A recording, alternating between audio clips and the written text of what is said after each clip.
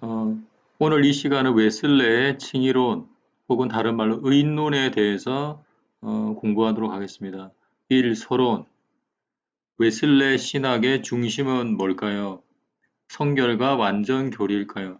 보통 웨슬레 신학이라고 하면은 거룩 혹은 성화 혹은 완전 성화가 중심이라고 생각하는 경우가 굉장히 많습니다. 물론 웨슬레가 다른 종교 개혁가들 루터나 칼빈에 비해서 성화에 대해서 특별히 완전 성화에 대해서 완전 교리에 대해서 많이 강조한 것은 사실이지만 그러나 웨슬레는 칭의와 성화 둘 다 동시에 중요하게 생각했습니다.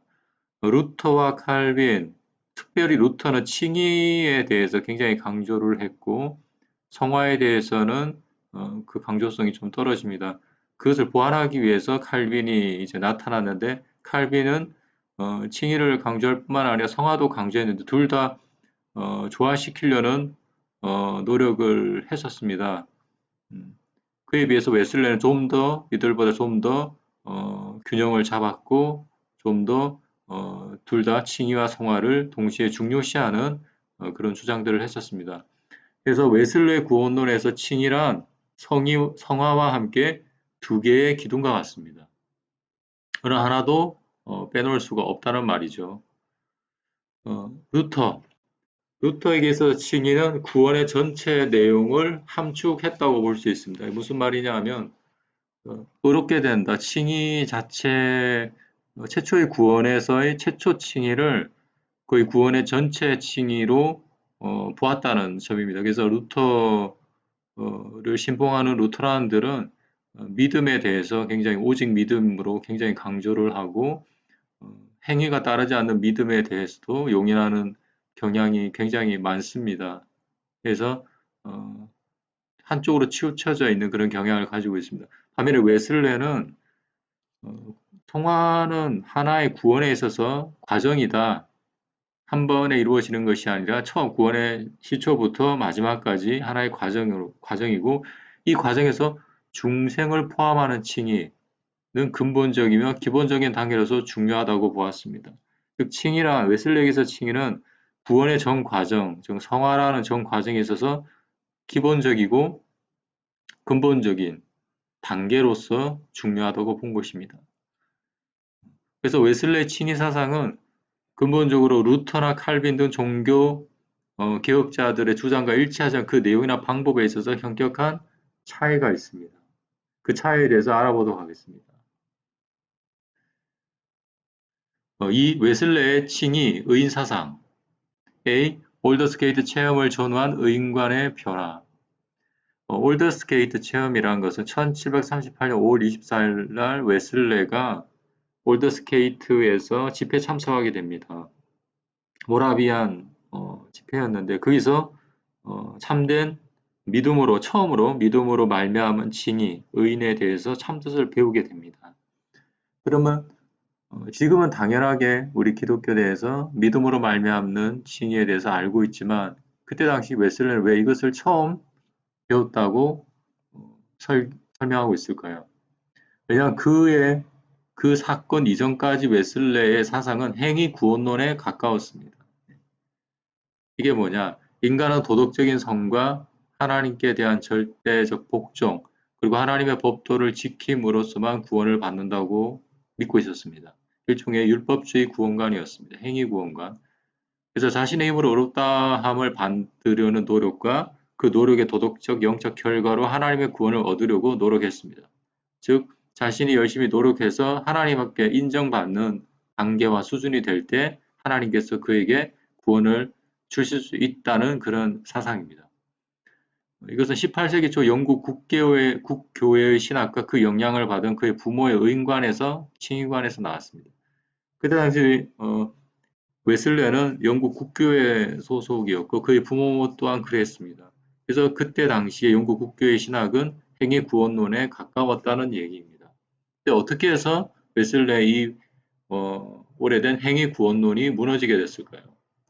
첫 번째, 그 자신의 그 자신 속에 있던 불확실하고 죽음에 대한 공포심입니다. 이 행위 구원관이 우리 사람 속에 있으면 불안합니다. 내 힘으로 하나님 앞에 어떤 합당한 단계의 의로움을 얻어야 되기 때문에 당연히 불확실하고 죽음에 대한 공포가 지속적으로 있습니다. 두 번째는 조지아주 목회 사업의 실패입니다.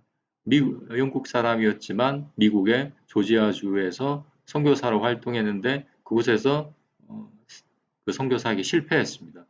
세 번째는 조지아주 인디안들로부터 깨달은 인간성에 대한 원죄의 의미.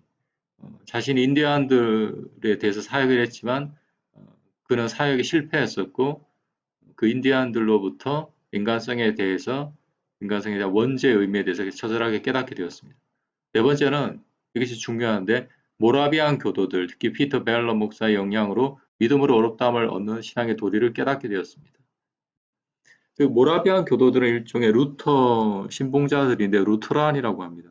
이들 한쪽으로 치우쳐 있긴 합니다. 오직 믿음만을 계속 강조하고. 하지만 한쪽으로 치우쳐 있긴 하지만 그 부분에 있어서는 또한 대단한 또 깊이 있는 그런 영향력이 있다는 것이죠. 이들의 영향으로 인해서 믿음으로 어렵다함을 얻는 신앙의 도리를 웨슬레가 깨닫게 되었다는 겁니다. 다섯 번째, 이런 믿음을 얻기 위해서 웨슬레는 간절히 기도했습니다. 올드스게이트 집회에 참석하여 루터의 로마서 서문을 읽는 것을 들을 때 그의 마음에 변화가 일어났습니다. 누군가가 로마서 서문을 읽었는데 그것을 들었을 때 그의 마음에 큰 변화가 일어났습니다. 마음이 뜨거워졌습니다. 나는 나의 마음이 이상스럽게도 뜨거워짐을 느꼈다. 나는 오직 그리스도만이 나의 구주이심을 믿는 마음이 생겼다. 그리고 그가 내 죄, 나 자신의 죄를 가져가시고 죄와 사망의 법에서 나를 구원하셨다고 기도하고 있다. 기록하고 있다. 이러한 경험과 함께 웨슬레에게는 아들의 믿음이 왔습니다. 율법 아래 살 때에는 전력을 다해 싸웠지만 패배자일 따름이었는데 이제 은혜 아래에서는 승리자가 된다는 새로운 경험을 얻을 수 있었다. 마음이 뜨거워졌죠. 이거 깊은 체험입니다. 그래서 오직 그리스도만이 나의 구주이심을 믿는 마음이 그때 생기게 된 것이죠. 그 전까지는 자기 힘으로 구원 얻으려고 했는데 그래서 아들의 믿음이 온 것입니다. 그 전까지는 종의 믿음이었습니다. 자기 힘으로 구원 얻으려고 하는 아들의 믿음이 왔고 율법 아래 살 때는 패배자일 뿐이었습니다. 당연한 것입니다. 근데 은혜 아래에서 승리자가 된다는 새로운 경험을 얻을 수 있게 된 것입니다. 3대 믿음의 체험을 한 것입니다. 이 경험은 자신의 선한 행위로 어렵다함을 얻으려다 실패한 그가 하나님의 은혜로 주시는 믿음으로만 어렵게 될 수 있다는 종교개혁가의 교리로 돌아가게 한 계기가 되었습니다. 이 믿음으로 얻는 의인. 믿음은 의인의 유일한 조건이다. 믿는 자 외에는 어렵다함을 받을 수 없다. 이것만이 의인의 충분한 조건이다. 웨슬레는 사람이 은혜로 말미암아 믿음으로 구원을 받는다고 말합니다. 만전에 죽기 전에 웨슬레는 이 도리를 더 확실하게 말합니다. 50여 년 전에 나는 믿음으로 의를 얻는다는 도리에 대하여 그전보다 더 명확한 견해를 가지게 되었는데 그 시각부터 나는 여기 대하여 추호의 변함도 없다. 나는 지금 무덤의 경계선에 서 있다. 그러나 나는 하나님의 은혜로 아직도 그 진리를 증거하고 있다. 즉 믿음은 의인의 유일한 조건이다. 칭의의 유일한 조건이라는 뜻입니다. 구원은 두 가지로 이루어져 있습니다. 칭의, 즉 의인과 중생입니다. 그 중 한 면이 의인인데 그 한 면의 유일한 조건이 믿음이라는 거죠.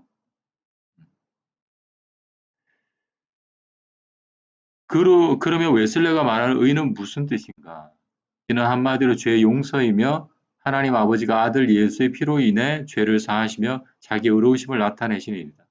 즉 구원의 양면이 있죠. 칭의와 중생이 있는데 그 중에 칭의는 죄를 용서를 받는다는 뜻입니다. 칭의를 통해서 죄의 용서를 받고 죄 사함을 받는다는 것입니다. 의는 하나님과의 관계 개선을 의미하며 죄인이 실제로 의로워지는 것은 아니다. 그러니까 칭의의 부분에 있어서만 얘기하는 것입니다. 당연히 구원받으면 죄인이 실제로 의로워집니다. 의인이 됩니다. 근데 칭의라는 측면에 있어서는 칭의는 우리가 실제로 의로워지지 않아도 믿음으로 말미암아 죄의 사함을 받고 하나님과의 관계가 개선되어서 즉 구원의 상태가 되는 것입니다. 그래서 칭의의 한쪽 측면에서만 보면 죄인이 실제로 의로워지는 것은 아닙니다. 그러나 의는 기독교인 생활의 진정한 기초요 시작입니다. 이는 우리 안에 어떤 변화로 일어나는 것이 아닙니다. 우리를 향한 하나님의 말씀, 하더라 너희 죄가 용서받았다 해서 일어나는 객관적 법적 사실입니다. 그러나 그 말을 들을 때 우리 속에서 사건이 발생합니다. 그것은 새로운 삶입니다. 그때 그리스도의 현존으로 인하여 성화가 뒤따르게 됩니다. 그러면 의롭다함을 받는 유일한 조건이 믿음은 어떻게 얻게 되는가? 이는 한마디로 하나님의 은혜로 인간이 선물로서 받는다는 것을 강조합니다. 즉 이렇게 믿음을 통해서 우리가 칭의를 받게 되는데 그럼 그 믿음은 어떻게 얻게 될까요? 한마디로 하나님의 은혜로 선물로서 받는다는 것을 강조하는 것입니다. 하나님이 이것을 그의 은총을 받을 만하거나 합당한 자에게 주시는 것이 아니라 불경건하고 거룩지 못하며 영원히 멸망받을 수 없는 자에게 주시는 것이다. 그러므로 은혜는 구원의 근원이요 믿음은 조건입니다. 이 믿음이라는 게 되게 믿음에도 좀 깊이 있게 좀 생각해 봐야 될 게 그러면 하나님이 믿게 하시느냐 아니면 인간이 자유의지로 선택하느냐의 의문이 들어옵니다. 믿음이 선물이라고 하면 뉘앙스 자체가 인간의 의지는 전혀 개입되지 않고 하나님이 창세 전부터 택한 자에게 그냥 믿음을 선물로 주신다는 그런 뉘앙스가 가는데 그런 의미의 말이 아닙니다. 하나님께서 모든 자에게 은혜를 구원의 은혜를 주기를 원하시고 계세요. 선행 은총을 주셨는데 두드리고 계시다는 거예요. 거기에 합당하게 반응한 자들 그는 은총을 받을 만한 합당한 자가 아니에요. 하지만 하나님의 그 부르심에 응답한 자들이 하나님의 선물인 믿음을 받게 되고 그 믿음을 통해서 구원을 받게 된다는 뜻입니다. 그래서 여기서 합당한 자에게 주시는 것이 아니라고 했을 때 말은 구원받기에 정말 완벽한 자에게 주시는 것이 아니라는 뜻이지 구원의 믿음을 받는 조건인 믿으려고 하는 자, 자유의지를 사용해서 믿고자 하는 자에게 주시는 것이 아니라는 뜻이 아니라는 겁니다. 그래서 우리가 믿기 위해서는 당연히 올바른 선한 반응을 해야 된다는 것입니다. 그럼 의문이 생깁니다. 믿기만 하고 이전에 죄악된 삶에서 돌이키고자 하는 중심이나 의지가 없는 자에게 하나님은 구원의 선물을 주실까? 즉 앞에서 보면 믿음은 의인의 유일한 조건이라고 했는데 즉 그러면 행위가 따르지 않아도 구원을 받을 수 있다. 이런 말이 될 수 있고 이렇게 착각할 수가 있다는 것이죠. 근데 잘 봐야 될 게 믿음은 구원의 유일한 조건이 아니라 의인의 유일한 조건입니다. 만약에 믿음은 구원의 유일한 조건이라고 했다면 문제가 생길 수 있지만 웨슬레는 의인의 유일한 조건이라고 했어요. 구원은 칭의와 중생이란 양면으로 되어 있어요. 그래서 그 한쪽 면인 칭의, 즉 의인의 유일한 조건으로 믿음을 얘기한 것입니다. 그래서 그러면 믿기만 하고 이전에 죄악된 삶을 돌이키는 중심, 즉 회개의 의지가 없는 자는 구원의 선물 안 된다는 것이죠. 왜냐하면 이것은 구원의 한쪽 면인 칭의의 조건인 믿음만을 얘기한 것이기 때문에 그 믿음에 따르는 행위, 즉 회개와 그 열매가 있어야 된다는 거죠. 그리고 그 이면에 그 사람 마음속에 회개하고자 하는 중심이 있는 자가 되어야 하나님의 구원의 선물을 받을 수 있다는 겁니다. 회개와 그 믿음. 그러나 믿음이 의인의 유일한 길이지만 회개에 합당한 열매가 필요함을 강조함으로써 복음주의적 개혁자들의 전통을 고수하면서도 선행의 중요성을 강조하여 지상주의 위험을 경계하고 있다. 그렇습니다. 그러니까 믿음이 정말로 의인의 유일한 길이지만 그러나 회개와 회개에 합당한 열매도 필요하다는 것이에요. 그래서 이전의 복음주의 개혁자들, 즉 루터나 칼빈은 믿음 지상주의, 신앙 지상주의가 굉장히 강했습니다. 루터는 더욱더 강했습니다. 칼빈이 행위나 성화에 대해서 믿음과 조화를 시키려고 했지만 부족했죠. 근데 웨슬레는 이 신앙 지상주의의 위험을 대단히 경계하고 있습니다. 그는 우리의 의가 되신 주라는 설교에서 믿기 전에 회개의 필요성에 대해서 강조를 합니다. 믿기 전에 회개의 필요성. 즉 참된 믿음을 받기 전에 회개가 필요하다는 겁니다. 회개는 그가 말한 감리교의 세 가지 큰 교리, 즉 회개, 믿음, 선결에서 신앙의 문간이다. 즉 회개는 믿음의 문입니다. 그러므로 회개가 없이는 구원의 문인 믿음으로 들어갈 수가 없습니다. 즉 참된 믿음을 받으려면 회개가 선행돼야 된다는 겁니다. 이 회개는 완벽한 회개를 뜻하는 것이 아니에요. 그러면 율법주의나 마찬가지죠. 구원의 믿음의 문인 이 회개는 완벽한 회개가 아니라 회개하고자 하는 중심을 가져야 된다는 겁니다. 이전에 죄악된 삶에서 돌이키고자 하는 모든 죄를 끊고자 하는 그 중심을 가진 회개를 얘기하는 거예요. 그 중심을 가지고 하나님께 믿음을 달라고 요구했을 때 하나님께서 믿음을 주시고 그 믿음을 보시고 의롭다 하시고 그리고 구원을 받게 되는 겁니다. 또한 회개와 동시에 회개에 합당한 열매를 맺을 것을 강조합니다. 하나님께서 회개와 그 회개에 합당한 열매를 맺으라고 명령하신 것은 의심의 여지가 없다. 그러므로 회개와 회개에 합당한 열매는 어느 의미에서 우리가 어렵담을 받는데 필요 불가결한 조건이라 할 것입니다. 그렇죠? 회개와 동시에 열매를 맺은 회개하고자 하는 중심만 가질 게 아니라 기회가 될 때마다 열매를 맺어야 돼요. 그 구원의 시초에 있어서뿐만 아니라 구원받은 이후에도 마찬가지입니다. 그러나 우리가 여기서 주의 깊게 살펴야 할 것은 웨슬렉의 회개와 그 열매를 믿음과 동등한 위치에 둔 것이 아니라는 점이다. 이러한 것들은 믿음과 같은 정도로 필요한 것은 아니다. 왜냐하면 이것들은 단만 조건부로 필요하다고 하면서 기회가 있을 때 행해야 된다고 말한다. 그러나 믿음이 없으면 어렵다함을 받지 못하므로 회개와 그 열매는 다만 간접적으로 필요하다. 그러나 믿음은 직접적으로 필요하다고 분명히 구분합니다. 이와 같이 웨슬레는 믿음과 행위의 양자를 조화시키면서 의인론을 전개하고 있음이 특징이다. 이것은 웨슬레가 종교개혁가의 신앙 일변도의 가르침에서 그들의 약점을 보완하고 있기 때문이다. 결론부터 얘기하자면 하나님은 진정 회개하려고 하는 중심이나 의지가 없는 자에게 올바른 믿음이라는 선물을 주시지 않습니다. 완벽한 회개 열매를 맺은 자에게 구원을 믿음을 준다는 게 아니라 회개하고자 하는 중심이나 의지가 있어야 된다는 겁니다. 그런 자에게 참된 믿음의 선물을 주시고 이 믿음을 통해서 구원을 받을 수 있게 됩니다. 그래서 믿음은 직접적인 조건이고 구원의 회개와 그 열매는 간접적인 조건이 된다는 겁니다. 그러면 진짜 구원 얻으려는 자는 어떻게 해야 되냐? 먼저 반드시 모든 죄에서 회개하고자 하는 결단, 중심을 한 이후에 예수님을 구원자와 주인으로 믿어야 됩니다. 회개하고 믿어야 된다는 겁니다. 주 예수를 믿기 전에 회개하고 복음을 믿으라 그래요. 성경에서. 예수님께 그랬어요. 너희는 회개하고 복음을 믿으라 그랬습니다. 성경에서. 예수님도 그랬고 신약 성경 저자들도 그랬습니다. 그 성경대로 우리가 순종해야 됩니다. 또 한 가지는 이 회개는 완벽한 회개, 율법주의적 회개가 행위론적 회개가 아니라 회개, 모든 죄를 끊고자 하는 중심을 가진 그 회개를 얘기하는 것이죠. 그래서 그 열매 또한 우리가 완전한 열매를 얘기하는 것이 아닙니다.